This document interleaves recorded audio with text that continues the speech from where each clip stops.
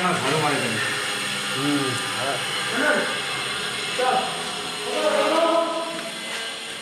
ঠিক আছে, কোনো সমস্যা হবে? হ্যাঁ হ্যাঁ হ্যাঁ।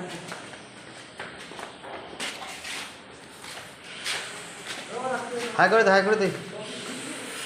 এই যে আমার মিস্ত্রিটা এটা শুধু বানাইছে, ঠিক আছে? হ্যাঁ, এই দুই মিস্ত্রি বানাইছে। হ্যাঁ, চলো, এই যে খেলা হবে, আসো খেলবো। হ্যাঁ